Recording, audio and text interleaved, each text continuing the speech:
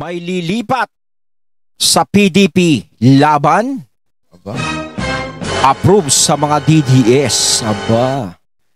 Siyempre, itong balitang ating matutunghayan ngayon ay nagmula kay Robin Sweet Showbiz. At ito po ang inyong lingkod na si BT na magbibigay ng reaksyon at komento dito sa video na ating matutunghayan ngayon.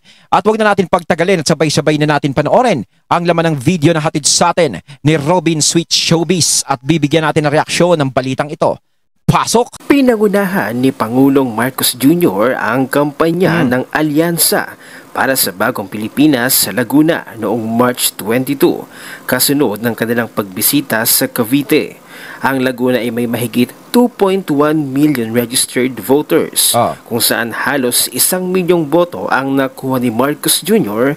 noong 2022 sa kanyang kampanya sa Nuvali, Santa Rosa City, Laguna. Muling naitala ang kawalan ni Senator Amy Marcos na dati nang nagpahayag ng intensyon na tumakbo bilang independent candidate. Hindi rin dumalo si House Deputy Speaker Camille Villar kaya't napapatanong ang mga netizens. Aalisin na ba sa alyansa ni BBM si Senator Amy Marcos at Camille Villar? Ayun, kayo mga katunay, ano sa tingin nyo?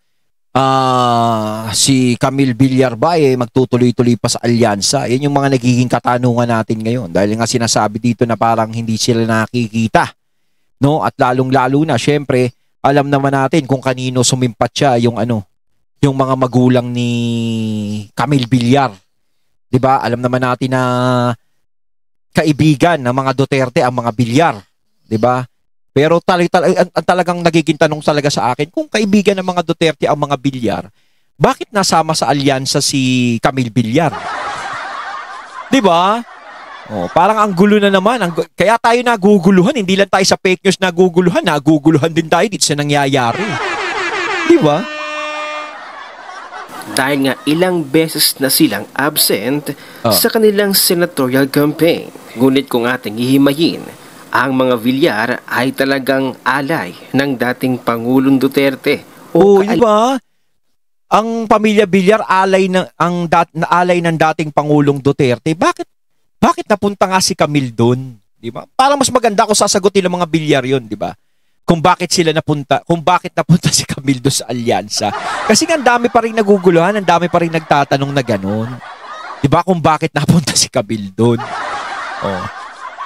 Aliado tulad na lamang ng dating Senator Manny Villar, Senator Cynthia Villar at Senator Mark Villar. Kaya nga matapos ang pagka-aresto kay dating Pangulong Duterte, hindi na makita ang senatorial candidate na si Camille Villar sa bagong alyansa. Ang punto naman ni Crisette Loreto Chu, may answer to this. The Villars stuck their neck out at a time when PRRD had no ally. They condemned his arrest. No Villar has ever said anything against PRRD. They are also a very, very powerful and moneyed ally to have. So if Camille Villar wants to move to the Duterte camp, I would be jubilant. If she doesn't, I understand. But the Villars are political veterans. They are a very, very good ally to have.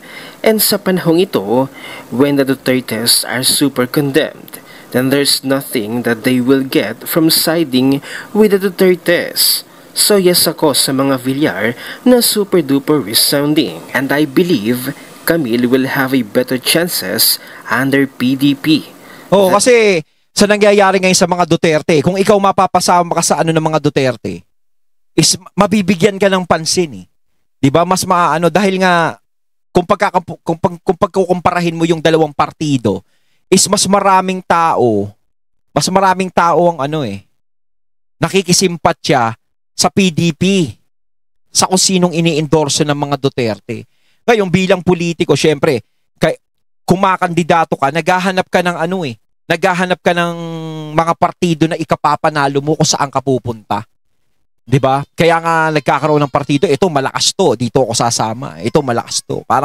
Parang practical ka na lang sa sarili mo kung sino yung talagang makakapagdala sa iyo.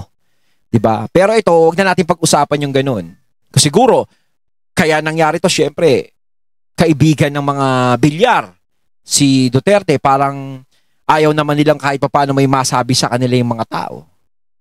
na ganito, pagkatapos na nangyari kay PRRD, ganito, ganyan, si Camille, ganito, ganyan. Only rose among the thorns. Pero hindi pa rin natin alam kung bakit hindi nasipot si Camille doon sa mga nakakaraang rally nila. Napahiya naman si BBM sa banat ni Maharlika sa The Hague, Netherlands. Dahil ang mga OFW Filipino na nagtungo dito sa The Hague, Netherlands ay totoong nagmamahal kay dating Pangulong Duterte. Walang paayu-ayuda, walang mga 5 kilong bigas o delata, di tulad sa Pilipinas. Kitang-kita naman talaga yung mga taga-Netherlands kung gaano minamahal si PRRD talaga. No? Diyan, hindi na ako maniniwalang binabayaran niyang mga yan. Malaki pa kinikita niyang mga yan eh. Di ba pag sa ibang bansa? Di ako maniniwala na yan, bibigyan ng mga ayu-ayuda, gano'n. Wala yan. Kumbaga talagang yung ginagawa nila kay PRRD is talagang yung suporta talaga nila, talagang supporter talaga ng mga Duterte yung mga yan. Kasi may nagsasabi pa rin na mga bayaran yan. Takin mo naman, Netherlands siya, sino naman magbabayad sa kanila dyan? Sinasabi ko nga nun kung babayaran ng mga taga Duterte ang buong mundo, malamang ko maghirap yung mga Duterte. Totoo yan. Diba? Kung lahat babayaran nila, wala naman sa kanila yung makinarya Diba? Wala naman sa kanila yung makinarya na kukuha na ng pera para pambabayad sa mga tao. Diba? Kumbaga yung mga taong yan is talagang sila yung mismong nagre-representa sa sarili nila. Pinipresenta nila yung sarili nila dyan. Kasi buong mundo na yan Kaya naniniwala ako dyan na walang bayaran dyan. Talagang kusang loob talaga nilang ginagawa yan. Kaya lang naman sinusuportahan at pinupuntahan itong si BBM at ang kanyang mga event at rally dahil lamang sa mga paayuda, sa mga kilo-kilo, bigas at mga delata. Iyan ang katotohanan na sadyang hindi matanggap ng mga loyalista. Narito ang full video, panoorin natin. Maharlika nagsalita na ang mga Pilipino raw sumusuporta lang sa administrasyon ni BBM at Martin Romualdez dahil mga bayaran. Kasi hindi bayaran yung mga tao dito. Hindi kami pwedeng pang 3 kilong bigas o 2 latang sardinas. Katulad ng ginagawa sa Pilipinas. Eto talagang... Yung mga taga-Netherlands, bibigyan mo ng 3 kilong bigas tsaka 2 latang sardinas. Baka mamaya, bato nila yung sa magbibigay. Baka mamaya, taga-Netherlands pa kami na magbibigay sa'yo ng sardinas tsaka bigas imported pa. Mamahal sa inang bayan. Diba? Napakinggan naman natin ang sinabi ni Maharlika at totoo naman talaga yon. Kasi nangyayari yon na tayong mga Pilipino ay mukhang mga bayaran na pumupunta lang tayo sa parali ng bagong alyansa dahil mayroong mga ipinamimigay. Hindi... Kasi hindi ako makakapag-komento dyan ng ganyan No, pagpalagay natin may mga salitang ganon na babayaran ganto, ganyan. Hindi natin yan. Kasi hindi pa ako nagpupunta sa ganyan. Pag pumunta siguro ako, nabigyan ako ng ganon. Masasabi ko, baka meron nga. 'Di ba? Ngayon, kung meron man o wala, 'di ba? Syempre, kahit paano naman siguro karapatan ng tao 'yun natanggapin dahil pera din naman nila 'yun. Pero syempre, unang-una, kailangan maging matalino sila. Diba, maging matalino kayo sa ginagawa ninyo. Hindi lang lahat ng mga natatanggap nyo tanggap lang ng tanggap. Kailangan yung nagbibigay ba sa'yo, ano ba talaga ang tunay na gusto niyang mangyari? Ano ba talaga yung purpose ng pagbibigay niya sa'yo? Yan ba ay binigay ng kusang loob? Yan ba ay binigay ng taos-puso sa'yo? Diba? O binigay yan, may kapalit? Diba? Kasi pangit pag may kapalit Mas maganda kung nagbibigay ka sa isang tao na walang kapalit. Tulad ng pagmamahal natin sa dating presidenteng si Rodrigo Roa Duterte na walang kapalit. Na pumupunta tayo ng kusa, nagsasakripisyo tayo dahil minahal naman natin talaga si Tatay Digong. Iba talaga yung sitwasyon ni Tatay Digong sa nangyayari sa iba. Kasi kay Tatay Digong talaga, kahit sinasabi nilang, mga binabayaran yan, sinasabi ko nga paulit-ulit, ano yung ipambabayad ng mga Duterte sa mga tao na sumusuporta sa kanila? 'Di ba? Unang-una, si BP Sara. Yung pondo niya nga, kulang pa sa gagawin niyang pagtulong sa mga tao. Yung binibigay na pondo sa kanya, 'di ba? Nung dati, kulang pa. Tapos magbabayad pa siya ng mga tao na susuporta sa kanila. 'Di ba? Sinasabi ko nga, wala naman sa kanila yung makinarya, wala sa mga Duterte. So nakikita natin na kusang loob talagang ginagawa ng mga tao 'yun. Ngayon, dun sa iba, no, na sinasabing o kaya kayo pinupuntahan ganito, o sila na nakakaalam nun, bahala sila sa buhay nila. 'Di ba? Kung anong gusto nila. Pero sana dun sa mga tao na kung meron man kayong natatanggap o wala o kung meron man, maging matalino na lang sana kayo. Ganun na lang sana. No, kung sino man ang magbigay, kung sino man ang hindi natin nagme-mention dito kung sino yung nagbigay o nagbibigay. Pero mas maganda maging matalino na lang kayo. Kung ano ba talaga purpose ng binibigay sa inyo, kung ba't kayo binigyan, yan ba ay maganda o hindi, 'di ba? Kumbaga alam niyo na sa sarili niyo, kahit may matanggap kayo, alam niyo na sa sarili niyo. 'Di ba kung ano ang tama at mali, hindi na dapat ipaalala. 'Di ba? At nakita naman natin na hindi lang all over the world ay sumusuporta sa pagpapakulong at pagtratraidor ng Marcos administrasyon sa mga Duterte. All over the world ang mga OFW ay nagsasakripisyong puntahan si Tatay Digong sa Dahig.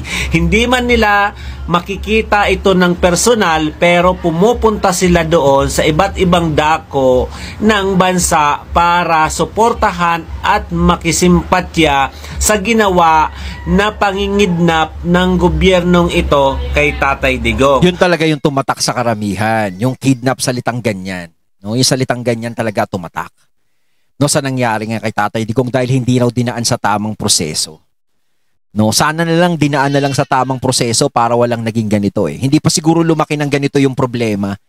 No, sa mga tao naman kasi sa ibang bansa, talagang effort talaga yung ginagawa nila. Alam naman natin yung mga OFW na kababayan natin, busy yan eh.